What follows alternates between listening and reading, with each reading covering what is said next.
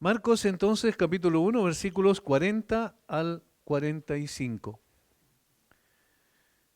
Vino a él un leproso rogándole, hincada la rodilla, le dijo, si quieres, puedes limpiarme.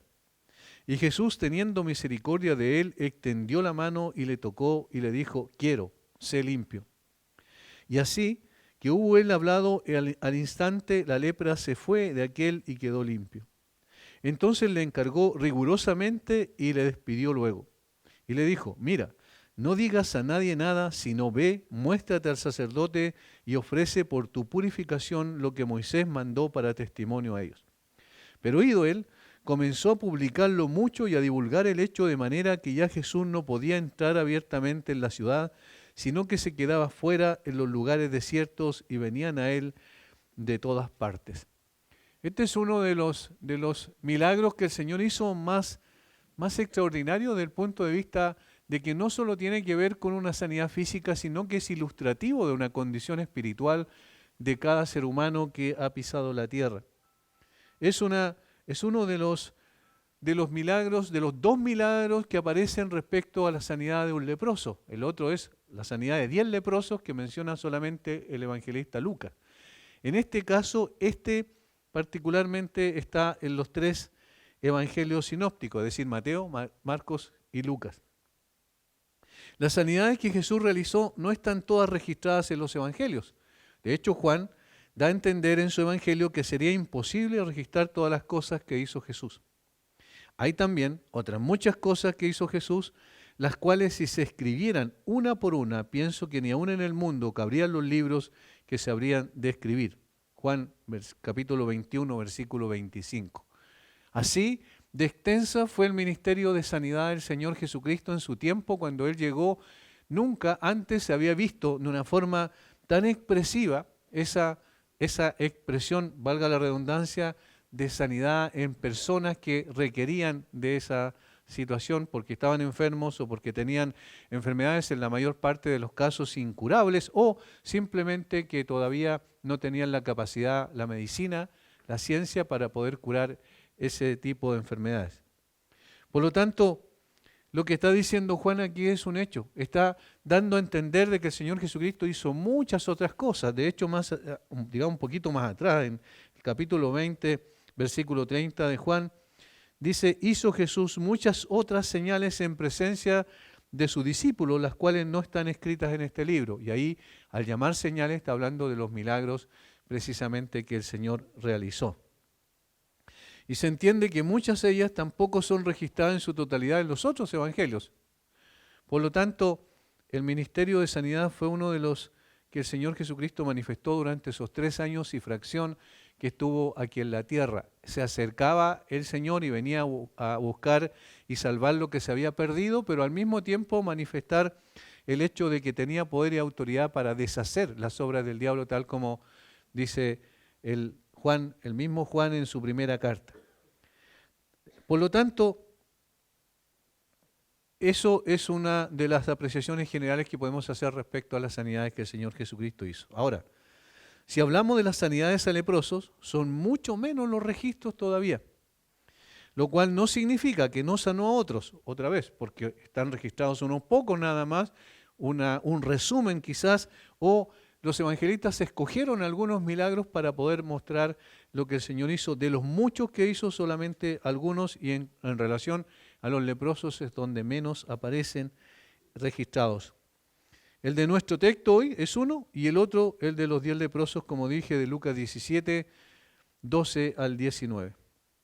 Pero llama la atención este de Marcos 1, 40 al 45, principalmente porque está registrado en los 3 evangelios. ¿Cuál sería la razón? Nos preguntamos por qué se registra en los 3 evangelios. ¿Cuál sería la importancia o la trascendencia o la singularidad de este milagro?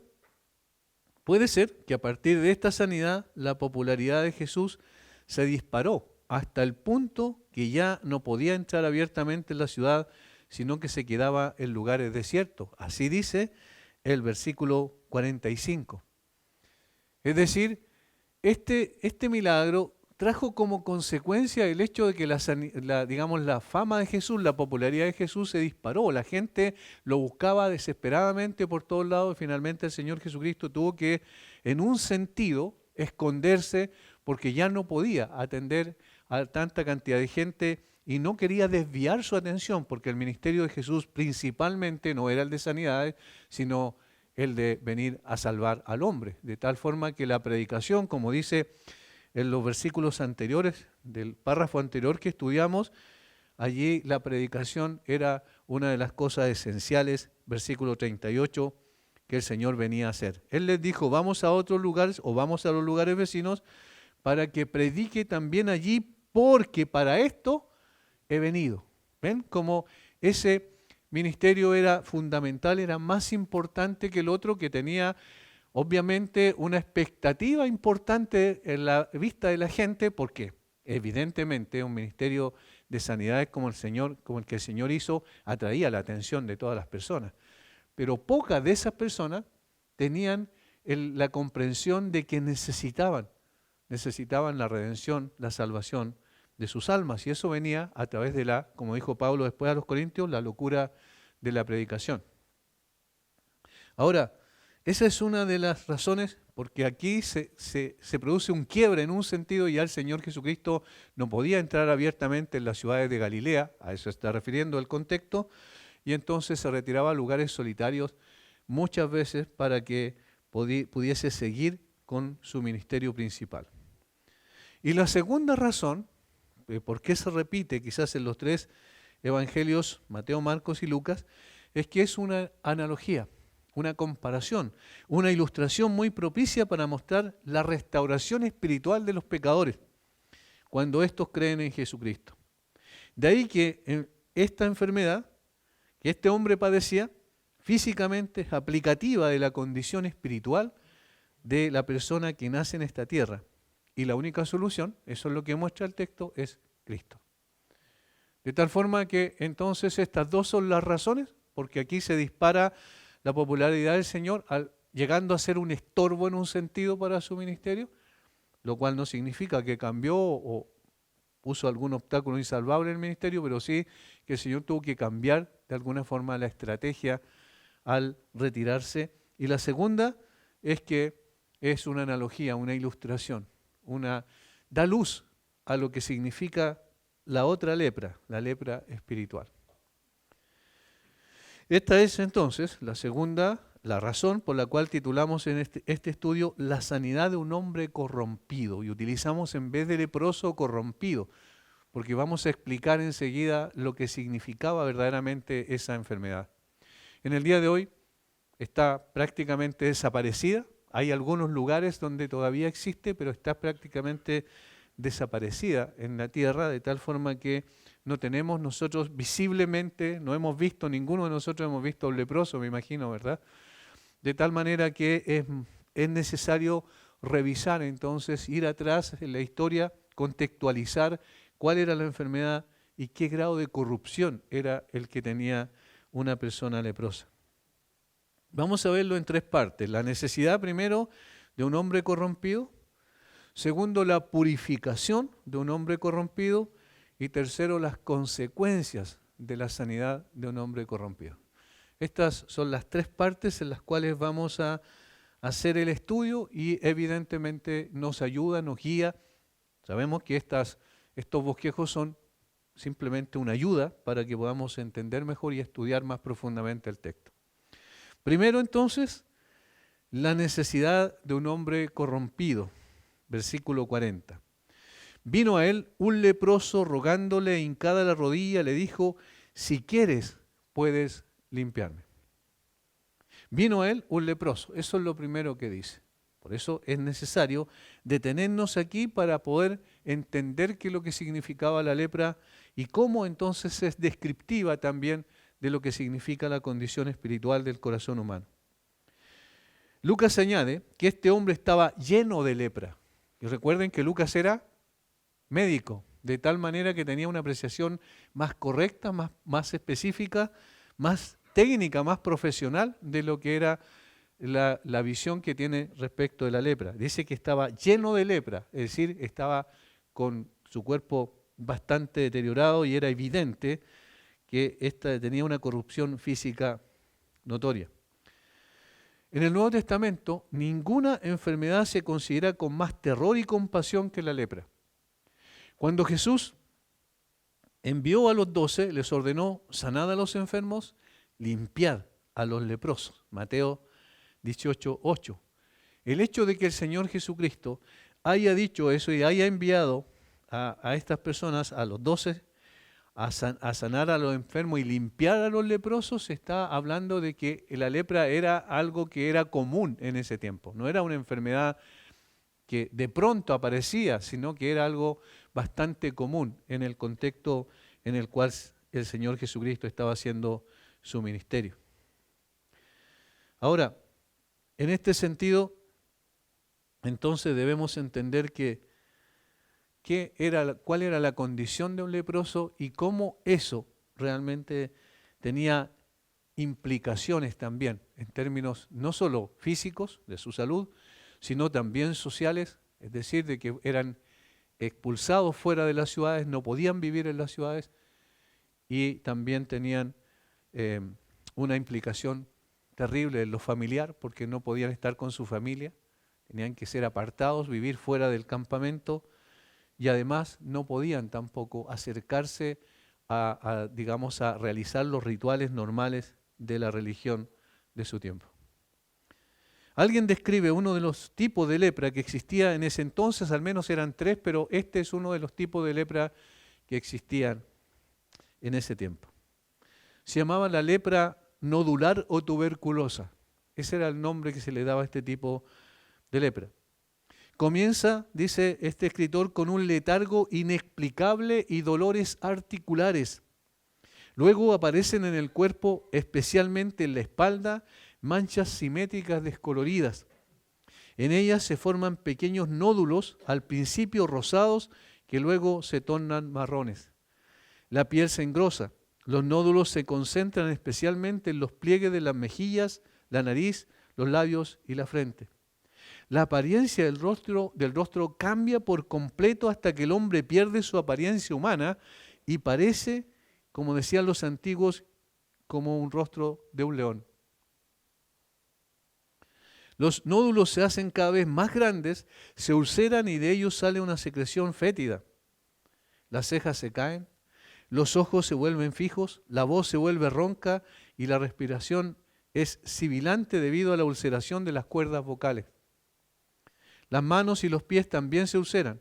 Poco a poco el paciente se convierte en una masa de crecimientos ulcerosos.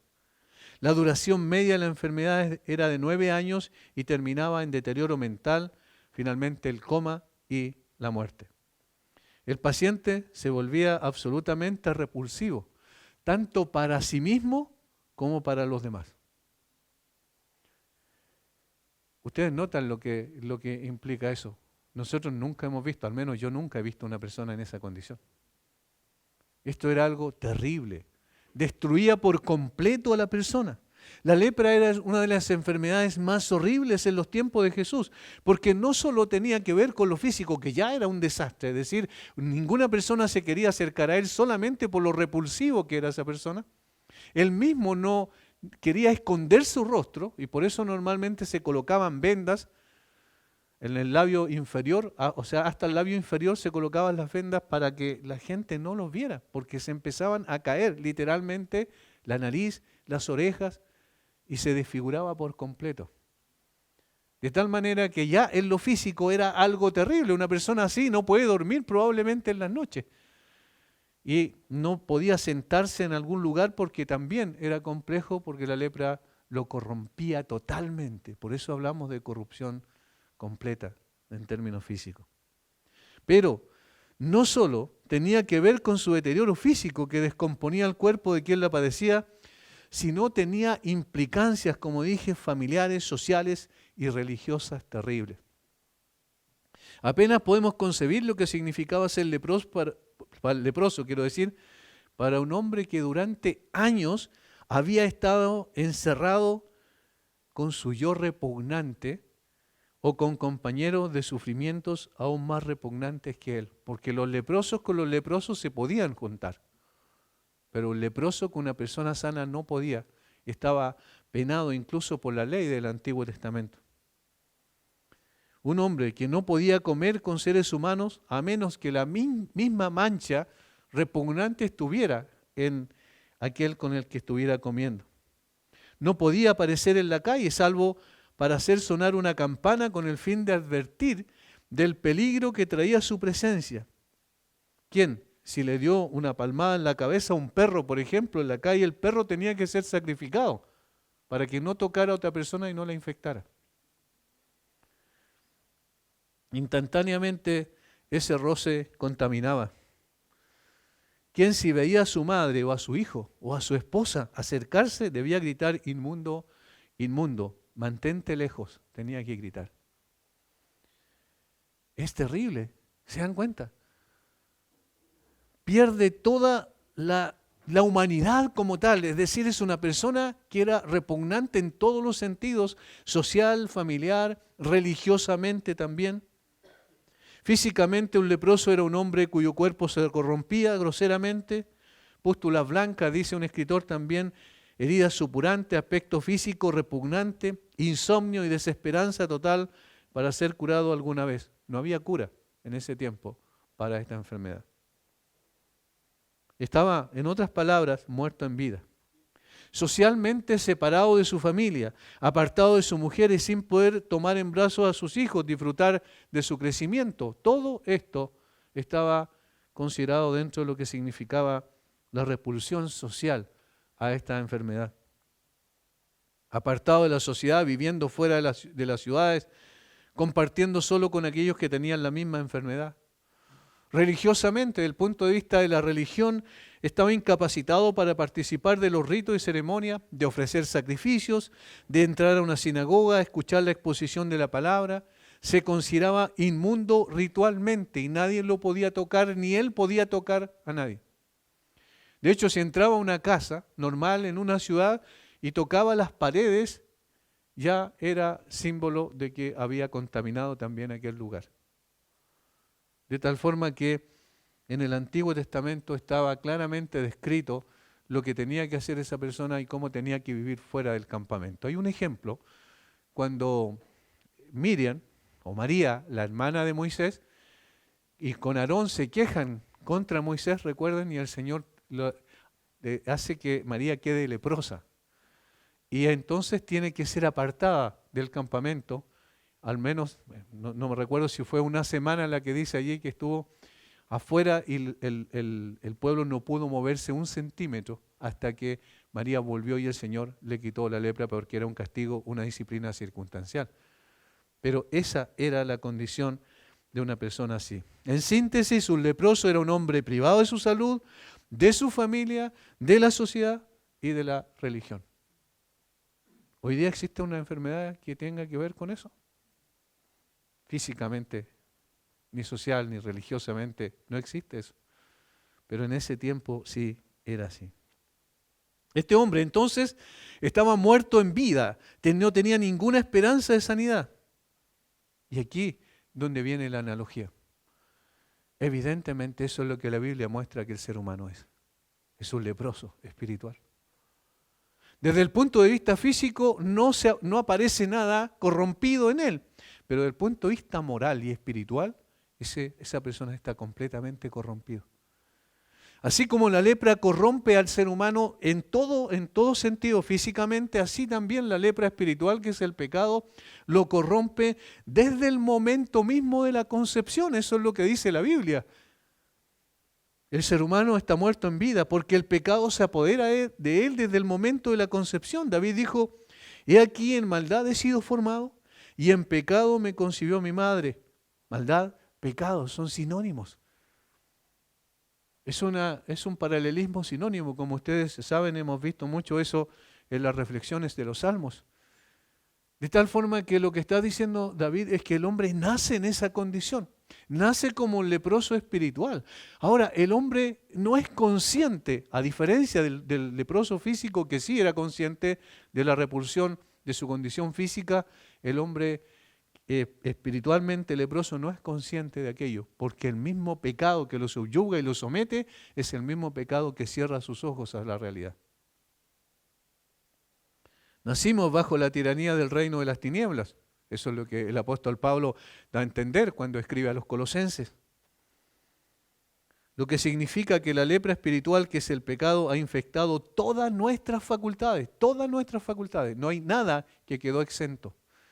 Nuestra capacidad intelectual, nuestra capacidad de sentir y de expresar sentimientos y nuestra capacidad de voluntad y nuestra capacidad moral también. Ha sido todo deteriorado. Ahora, no es una conjetura mía. Vamos a Romanos capítulo 3, por favor, hermanos, para ver que esta es la condición de todo ser humano. El problema es que el ser humano no entiende esto o simplemente quiere no enfrentarse a esta realidad. Pero ¿qué dice el apóstol Pablo en Romanos capítulo 3, versículo 9 en adelante? ¿Qué pues? ¿Somos nosotros mejores que ellos? Se refieren, ¿cierto?, a los judíos respecto a los gentiles. En ninguna manera, pues ya hemos acusado a judíos y a gentiles que todos están bajo pecado. ¿Cómo se expresa esto? Como está escrito, no hay justo ni aún uno. No hay ni uno que no esté corrompido, está diciendo en otras palabras. Segundo, no hay quien entienda. Ahí está la incapacidad intelectual, ¿verdad? ¿Se dan cuenta? Pero aquí no estamos hablando de una capacidad intelectual para entender cosas que se usa el intelecto natural, porque obviamente hay personas que han sido como Albert Einstein, por ejemplo, un genio desde el punto de vista intelectual, pero desde el punto de vista espiritual no tenía capacidad para discernir precisamente lo bueno de lo malo. No se trata de una incapacidad intelectual del punto de vista natural, sino una incapacidad para entender las cosas que son del Espíritu de Dios, como dice 1 Corintios 2:14. El hombre natural no percibe las cosas que son del Espíritu de Dios, porque no las puede entender. ¿Se dan cuenta? Allí hay una capacidad que está truncada por causa del pecado. No hay quien entienda. No hay quien busque a Dios. Eso es decir, la incapacidad de su voluntad. No puede seguir al Señor porque no es consciente de la necesidad del Señor. Y piensa que viviendo así vive mejor, porque es más libre, dice normalmente la persona. Somos libres, no, yo hago lo que quiero, yo vivo como quiero y no tengo que responder a nadie. Entonces, de esa manera está autoengañado, está ciego espiritualmente. Todos se desviaron, a una se hicieron inútiles, dice el apóstol Pablo. Esta es la condición que muestra que todas las facultades de la persona están contaminadas, subyugadas, dominadas por el pecado. Esta es la lepra espiritual. Ha oscurecido, por ejemplo, nuestro entendimiento. Habiendo conocido a Dios, no le glorificaron como a Dios, ni le dieron gracias, sino que se envanecieron en su razonamiento, su necio corazón fue entenebrecido, profesando ser sabios, se hicieron necios. Ahí está. ¿Se dan cuenta?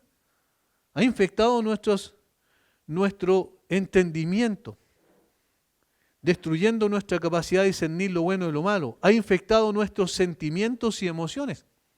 Ha corrompido nuestra voluntad al punto de nuestro dominio propio está destruido. El pecado cauteriza la conciencia al igual que un fierro caliente cauteriza una herida y la vuelve insensible. Esto es lo que utilizan los cirujanos cuando operan. Cuando hacen la incisión y después tienen que ir internamente haciendo su trabajo y van cauterizando el lugar para que la herida, digamos, muera en ese sentido, ese tejido y se corte la sangre.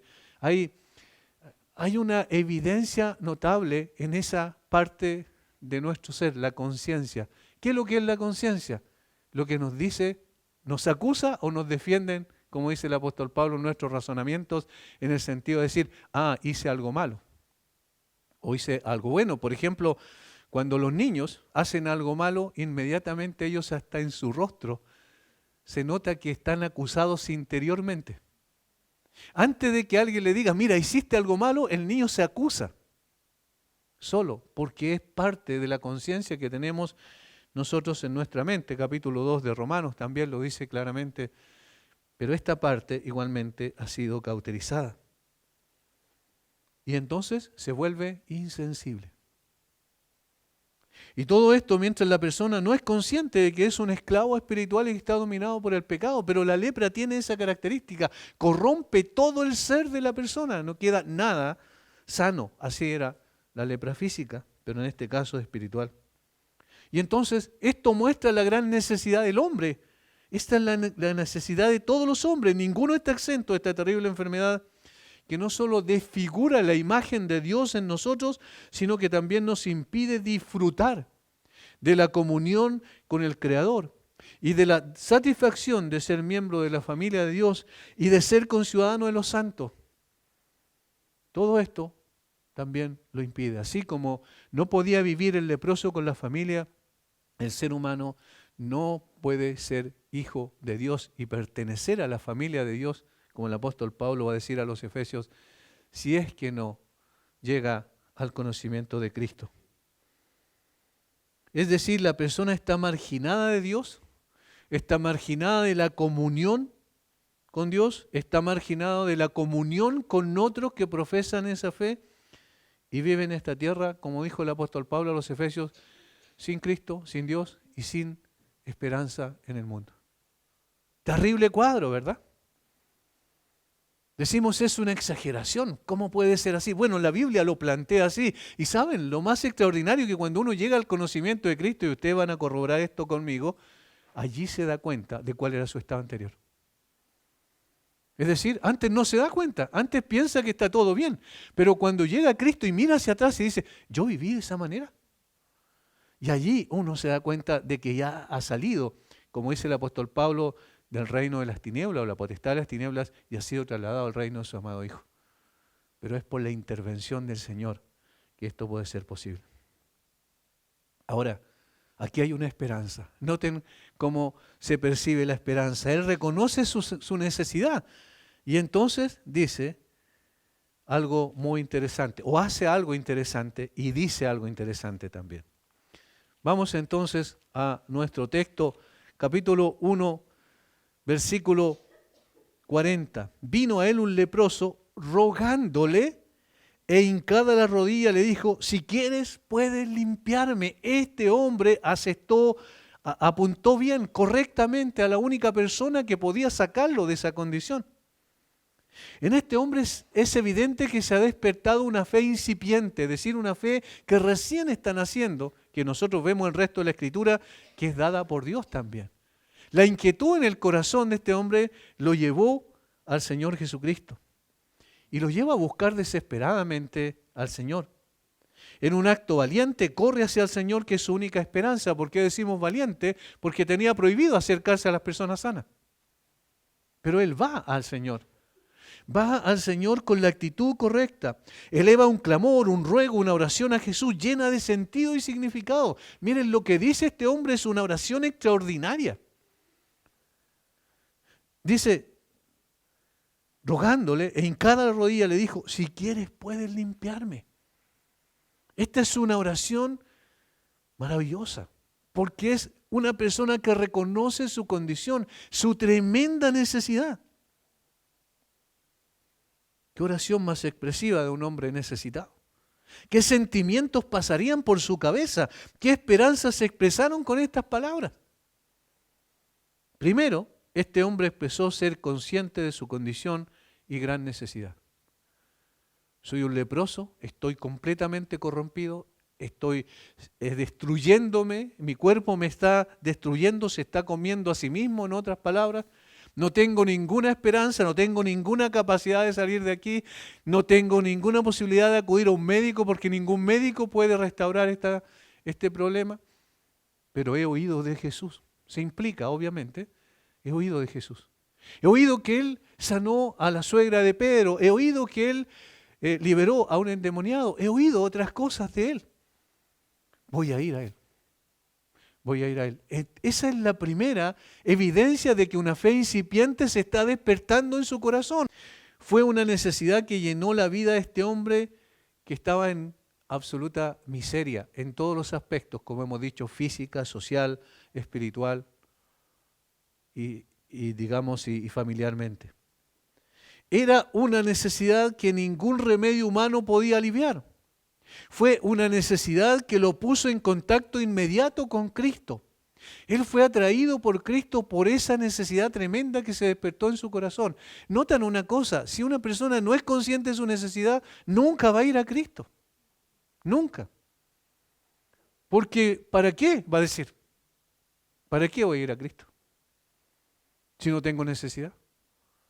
Entonces, lo que el Señor hace es despertar esta necesidad en el corazón de esta persona para que se acerque al Señor. Segundo, observamos la manera en que esta vida necesitada se acercó al Salvador. Notemos la forma en que lo hizo. Apeló a Cristo, su apelación a Cristo se caracterizó por una comprensión, como dije, sincera de su necesidad. ¿Qué hizo? Rogándole. No fue a darle una orden al Señor Jesucristo, porque un ser humano como nosotros, tan pequeño e insignificante, no le ordena al Dios Todopoderoso, al Creador, que haga algo por uno. ¿Con qué autoridad yo voy a ordenar al Señor? Y este hombre va y le ruega. Esta es una oración, es una súplica, es un clamor nacido de su necesidad y al mismo tiempo apuntando a la persona correcta. Él puede, yo no puedo, pero Él puede. Entonces, su apelación se caracterizó por una comprensión sincera de su necesidad. Segundo, su apelación a Cristo se caracterizó por un reconocimiento de la soberanía divina. Noten lo que dice él. Si quieres. Esto es precioso porque él es consciente de algo que muchas veces, incluso dentro de creyentes, no somos conscientes. En otras palabras está diciendo, tú tienes la última palabra, Señor. Yo sé que tú puedes, pero pregunto si quieres. Hay un respeto absoluto por la soberanía divina. Reconoce su necesidad, le ruega al Señor. Reconoce también la soberanía de Cristo. Miren, no hay ninguna persona en el mundo que sea soberana excepto Cristo. El Padre, el Hijo y el Espíritu Santo, ¿verdad? No hay nadie más. Y uno dice, no, pero yo soy soberano porque yo mando y gobierno mi vida. ¿Seguro? ¿De verdad? ¿De verdad? Cuando viene una enfermedad, ¿eres soberano sobre ella? Cuando viene una situación una catástrofe de la naturaleza, ¿eres soberano? O sea, la más mínima situación, una mínima bacteria que se introduce al cuerpo ya dice, no eres soberano. Yo quiero salir y quiero hacer, no puedes salir, tienes que quedarte en cama. ¿Me entienden? Ningún ser humano es soberano. El único que es soberano es Dios. Entonces este hombre está sin un entendimiento completo de quién era el Señor Jesucristo, está reconociendo que Él es Dios. Si quieres, puedes limpiarme. De esa manera la persona se dirige a Dios correctamente. Si quieres, Señor, yo no cuestiono que tú puedas, pero si tú quieres, entonces está bien. Tercero, su apelación a Cristo se caracterizó por una profunda humildad.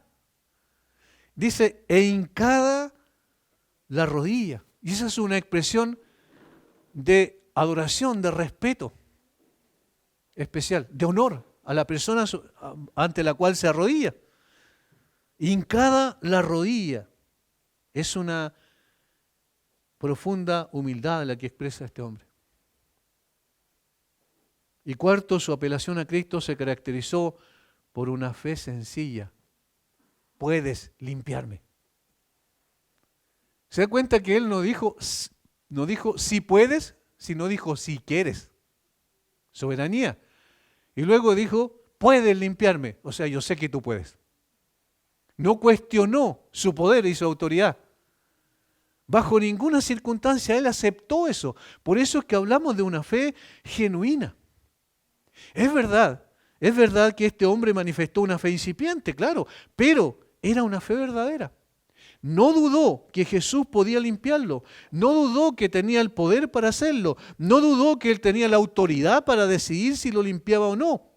No fue a Jesús a demandar nada de él, sino a rogar por misericordia. Y esa es la forma en que la gente ha de buscar al Señor, a rogar por misericordia, no a exigir nada. La gente dice, pero ¿qué pasa? Miren las catástrofes, ¿y dónde está Dios aquí para evitar esto? ¿Y quién eres tú para contender con el Omnipotente? ¿Quién eres tú? No eres capaz de gobernar tu vida y quieres gobernar los acontecimientos que escapan a tu control. Eso es absurdo. No podemos ir a Dios a exigirle cosas. Señor, estoy enfermo. ¿Cómo puede ser que esté enfermo? Sáname. Eso no es la forma en que se acercó este hombre a Jesús. Le rogó. Él suplicó por misericordia porque era consciente de su desesperada condición. Y eso es lo que tiene que hacer la persona. Tiene que rogarle al Señor, Señor, si quieres, sálvame. Señor, si quieres, sálvame. Así, toda persona que va a Cristo siendo consciente de su necesidad y apela humildemente al Señor, recibirá lo que necesita, porque el Señor es lento para la ira y grande en misericordia. Y eso es lo que le dijo el Señor Jesucristo en Juan, en el gran sermón del pan de vida, cuando Él dijo, al que a mí viene, no le echo fuera. Pero ¿cómo has de venir al Señor? Así, reconociendo tu necesidad, que estás corrompido y que el pecado no puede zafarte de esa esclavitud terrible. Pero Cristo sí puede. Y entonces vas a Él. Y esto nos lleva a lo segundo, la purificación de un hombre corrompido. Y Jesús, teniendo misericordia de él, extendió la mano y le tocó y le dijo, quiero ser limpio. ¿Se dan cuenta, hermanos? El solo versículo 40 es digno de una predicación, de una exposición de 1 hora. Y el versículo 41 es digno quizás de 2 exposiciones. O sea, es tan maravillosa la forma en que responde el Señor Jesucristo cuando alguien va con un corazón sincero a Él, cuando alguien va de rodillas delante de Él. Y no estoy hablando que vaya delante de una autoridad religiosa, no, delante de Cristo. Cuando va delante de Cristo con esa actitud que fue este hombre, ¿qué es lo que ocurre? El Señor es movido a misericordia. El Señor es movido a misericordia. El Señor es sensible a la condición desesperada del hombre. Jesús, teniendo misericordia de él, extendió la mano y le tocó y le dijo, quiero, sé limpio. Este hombre necesitado que se acercó al Señor despertó en el Señor Jesucristo la más tierna compasión.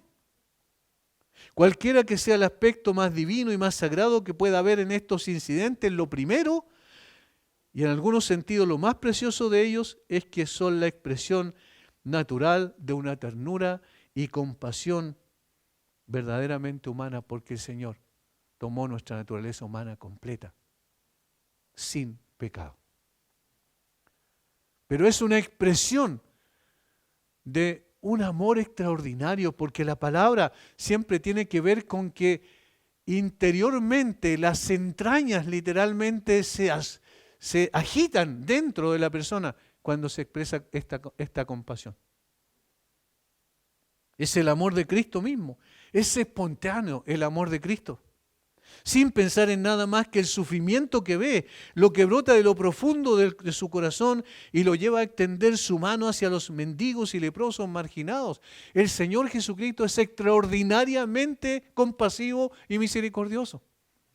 Otra vez, así como no hay nadie soberano excepto Él, así tampoco no hay nadie compasivo como Él. Esto fue movido a misericordia y noten que este es el motor, por decirlo de alguna manera, del Señor en relación con nosotros y Jesús teniendo misericordia de Él.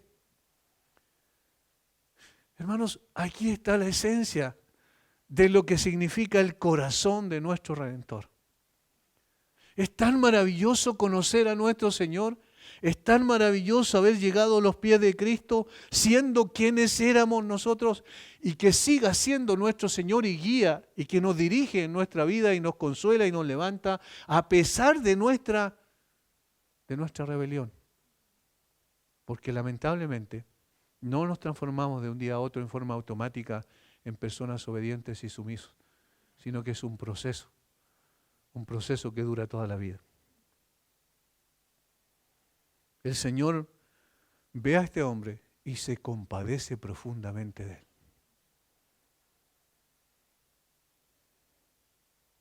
El hombre, con la enfermedad más repulsiva de la tierra, está delante del hombre más puro que ha pisado la tierra.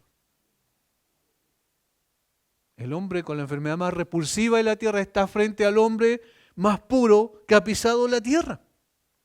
El hombre corrompido ante el impoluto, es decir, limpio, sin mancha e incorruptible. Todo corrupción, nada de corrupción. Uno frente al otro. El pecador ante el santo. Sin embargo, el puro, el santo, el incorruptible, no se aleja de este hombre corrompido, del pecador más recalcitrante, sino que lo mira con tierna compasión. Eso es extraordinario, porque todas las personas en ese tiempo, al acercarse a un leproso y que el leproso no haya dicho estas palabras que decía que tenía que decir a voz en cuello, inmundo, inmundo, y se acerca a una persona sana, esa persona sana arranca lo más lejos posible de él. Pero el Señor Jesucristo no arrancó. Se quedó allí. Sus entrañas se agitan en su corazón y atiende el clamor de este hombre. No se aparta de la blancura brillante de la lepra. Cristo ama al ser humano y no se apartará su compasión por más repugnante que sea tu impureza. Por eso es que hemos dicho muchas veces, nadie está tan lejos de la gracia que no pueda ser alcanzado por la gracia. Nadie está tan lejos de la salvación, nadie. Porque no importa la maldad del corazón, no importa cuántas veces levantaste tu puño contra el cielo, no importa cuántas veces tú te burlaste inclusive y te reíste del cristianismo, o hiciste cualquier cosa de lo más malo que puede haber hecho una persona en la tierra, no importa. Todavía está al alcance de la gracia del Señor. Cristo no se aparta, no está lejos de la gracia de Cristo quien es consciente de su pecado. No está lejos de la gracia de Cristo. Hermanos, esto es maravilloso. El Señor Jesucristo sigue teniendo misericordia. Pero el Señor va más allá de la intención del corazón, de los sentimientos que internamente lo mueven. Más allá de la atención de la necesidad de este hombre corrompido.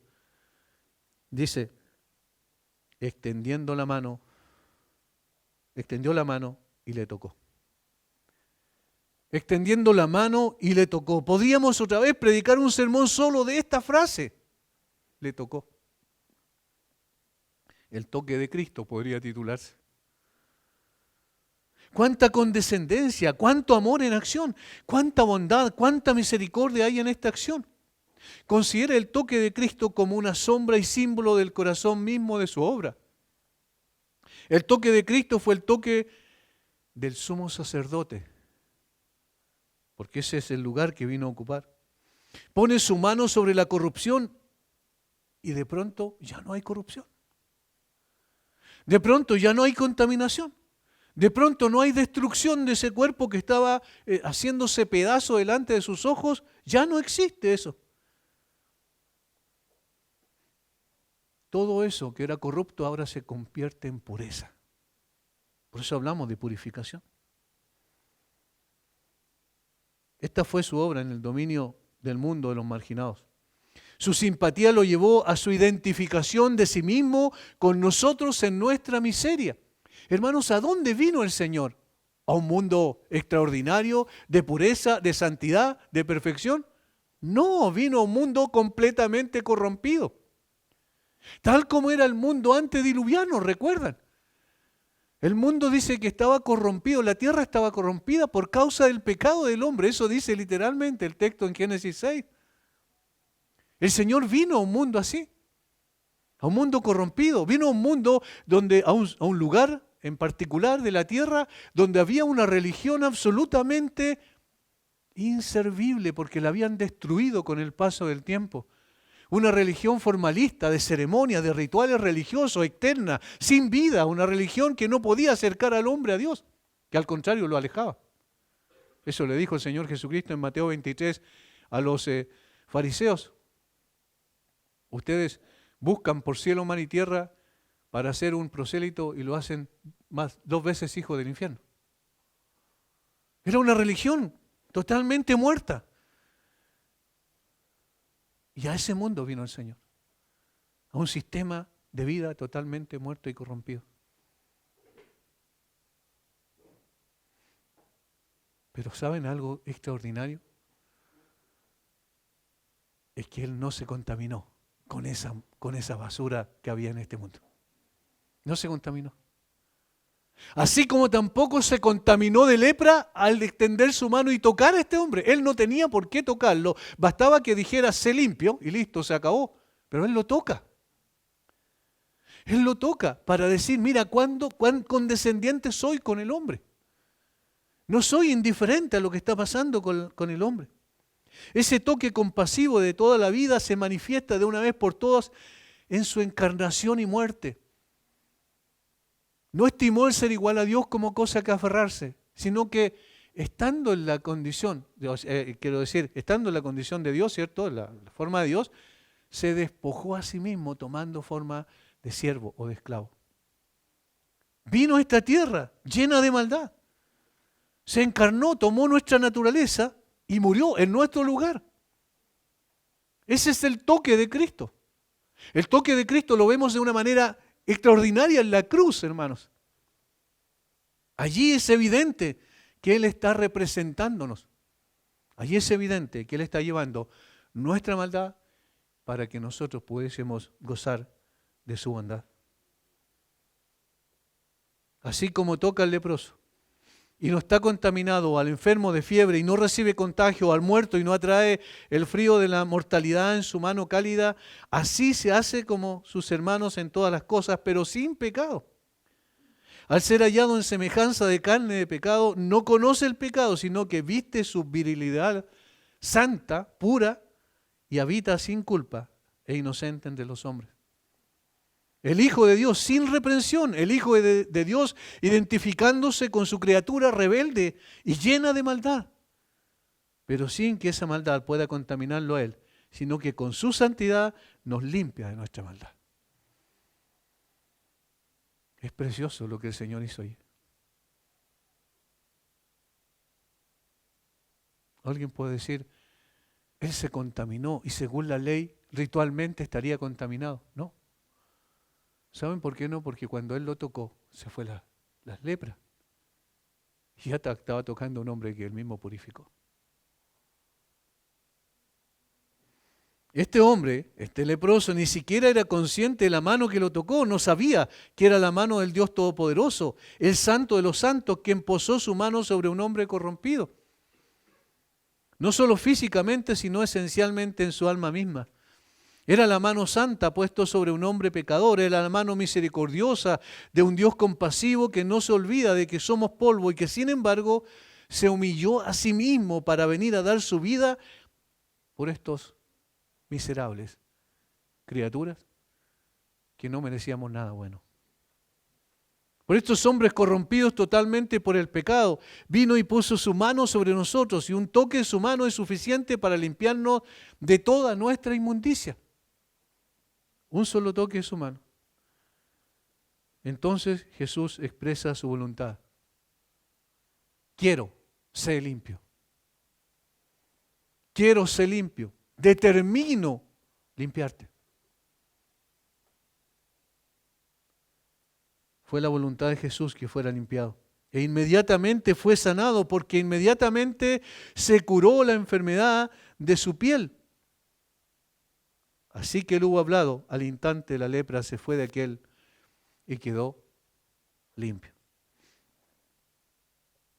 Su pureza había contrarrestado cualquier impureza y el hombre ya no estaba enfermo de la piel, ya no dejaría a otros inmundos por el contacto con él y ahora sería restaurado a todas sus relaciones. Después de que fuera al sacerdote y fuera examinado, se le hacían varios exámenes durante un tiempo, tenía que hacer algunos sacrificios para mostrar simplemente que en efecto el sacerdote tenía que definir que estaba completamente limpio de la lepra. Y si estaba completamente limpio de la lepra, era porque fue un milagro divino, porque nadie podía hacer eso, sino solamente Dios.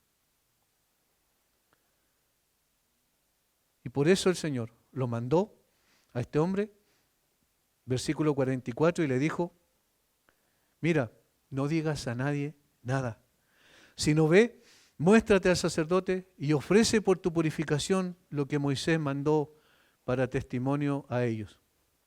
Ahora, aquí hay algo raro que ocurre. Y es que este hombre no obedece a lo que el Señor mandó.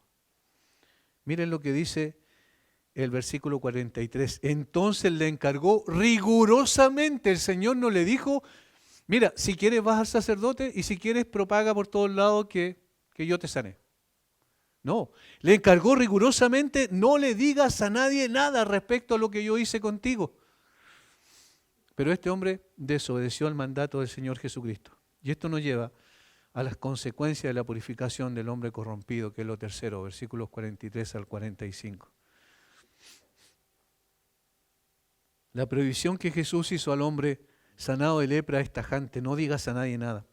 Jesús le dio a este hombre una orden firme, no debía testificar de su sanación, sino acudir directamente a los sacerdotes y ofrecer los sacrificios necesarios.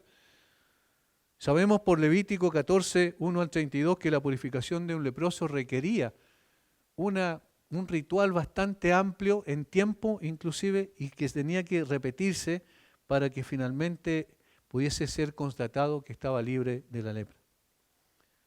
Pero este hombre, producto seguro de la felicidad al ser sanado, comenzó a publicar y divulgar por todos lados su sanidad y esto trajo consigo problemas al ministerio del Señor, ya que no podía entrar abiertamente en la ciudad y debía quedarse fuera en los lugares desiertos. De tal manera que este hombre, y aquí hay una cosa interesante, y a eso es lo que quiero apuntar, este hombre que antes no podía entrar en la ciudad y vivía fuera de las ciudades, en lugares desiertos, por causa de la lepra, una vez sanado, ahora se pasea por la ciudad pregonando su salvación. Pero aquel que estaba en la ciudad y que libremente hacía su ministerio, ahora se va a los lugares desiertos. No sé si están captando lo que pasa ahí. Hay un intercambio. ¿Se dan cuenta? Es decir, el Señor tomó el lugar del hombre para que el hombre tomara el lugar del Señor en cuanto a poder ahora libremente vivir en la ciudad, con su familia, con todo el bien social que había perdido por causa de la lepra, ahora lo recupera y podía ahora entonces comenzar religiosamente a acercarse a Dios sin problema. Mientras Jesús, que antes andaba libremente en la ciudad por causa del testimonio de este hombre, se retiró a lugares desiertos para continuar con su ministerio. En otras palabras, Jesús tomó el lugar del leproso. Un comentarista lo escribe de esta manera. Marcos empezó este relato con Jesús en el interior y el leproso en el exterior. Al final de la historia, Jesús se queda fuera en los lugares desiertos. Jesús y el leproso habían intercambiado lugares. A inicio de su ministerio, Jesús ya es un forastero en la sociedad humana. Marcos lo pone en el papel del siervo del Señor que lleva las iniquidades de otros, Isaías 53, 11. Y que por el comportamiento de ellos, Él llega a ser contado con los pecadores, Isaías 53, 12. Esto no puede ser una mejor ilustración de lo que pasó en la cruz. El Señor Jesucristo finalmente terminó en una cruz de vergüenza. Y eso lo hizo al colocarse en el lugar de los leprosos espirituales, para que los leprosos espirituales pudiesen tener la bendición de ser llamados hijos de Dios.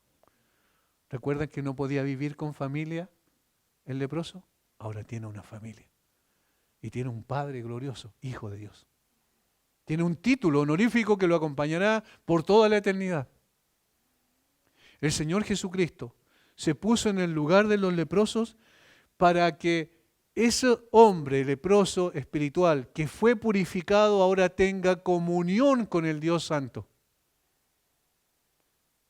Y pueda esa brecha extraordinaria que había entre el santo y el pecador hacer un puente entre ellos para constituirlos en la familia, como parte de la familia de Dios.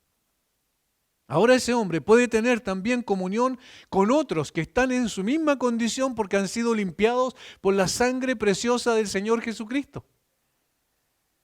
Y ahora puede constituir parte de esta asamblea en la tierra que se llama iglesia para estar un día después sin relación con el pecado, sin lepra espiritual en la gloria eterna. El Señor hizo eso por nosotros. Tuvo que recibir del Padre un silencio rotundo cuando Él clamó, Dios mío, ¿por qué me has desamparado en la cruz?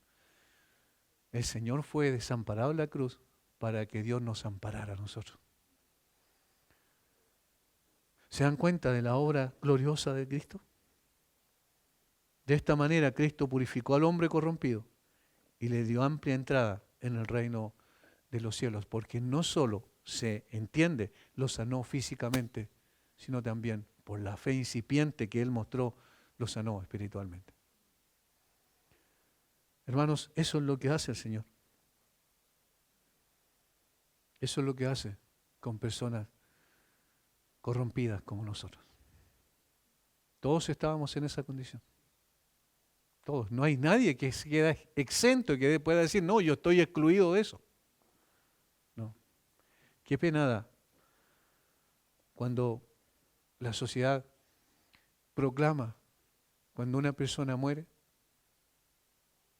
y lo desea sinceramente probablemente, pero con mucha falta de entendimiento y comprensión de las cosas espirituales, una persona que nunca creyó en Cristo, que el Señor te reciba en su santo reino.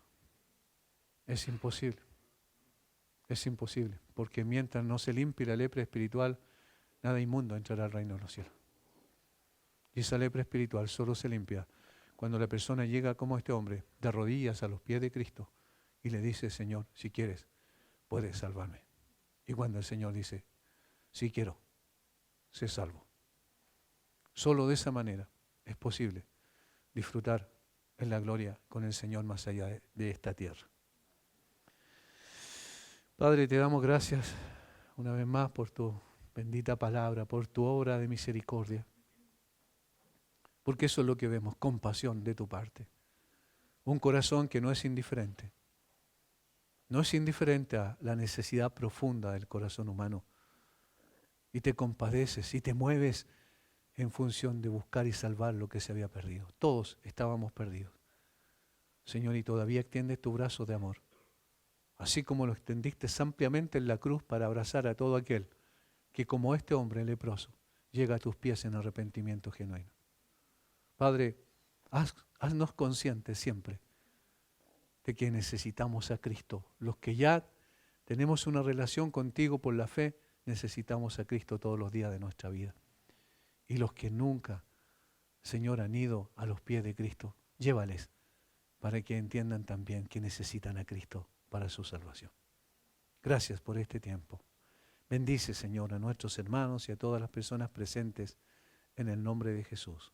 Amén.